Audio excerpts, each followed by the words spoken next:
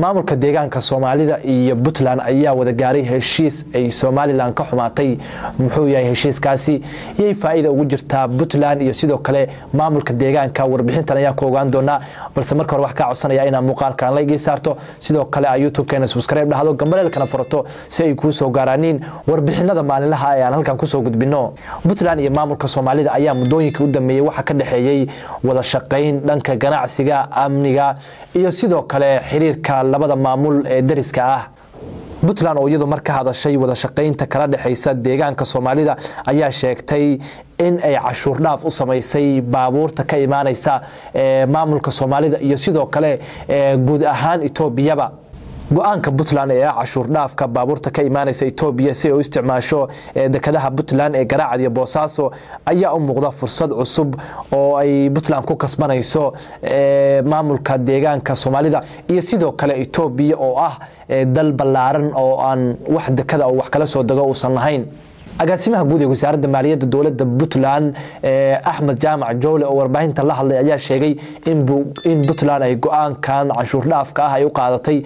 inay kasbato deegaanka Soomaalida iyo sidoo kale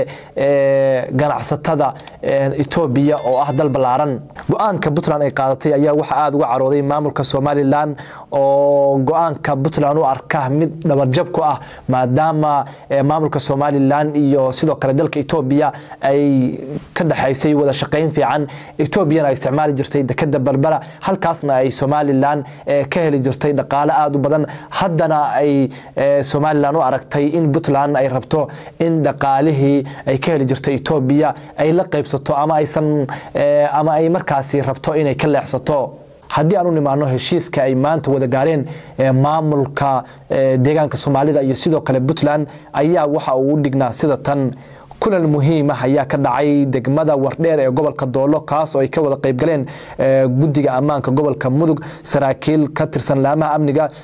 iyo mas'uuliyiinta gobolka Doolo oo hogaaminayo gudoomiyaha gobolka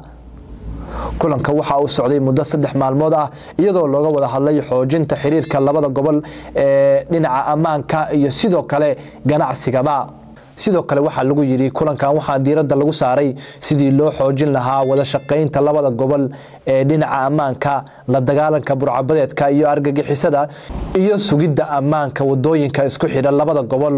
sidoo kale waxa lagu yiri waxa laga dooday sidii loo horumarin lahaa xiriirka ganacsi ee labada dhinac iyo sidii looga hortagi lahaa falal dambiyeedyada saameynta ku yeelanaya ganacsiga iyo isu socodka labada maamul gunaanadkii waxa la isla qaatay in la hirgeliyo qorshayaal lagu xaqiijinayo nabadda iyo horumarka labada gobol waxa si gaar ah diiradda loo saaray ayaa lagu yiri wada shaqaynta hay'adaha amniga iskaashiga labada dhinac ee ganacsiga iyo kobcinta xiriirka dhaqaale ee labada gobol ee dariska ah dad badan waxa ay leeyihiin heshiiskan waxay faa'iido weyn ugu jirtaa maamulka Puntland oo dhaqaale badan ka heli kara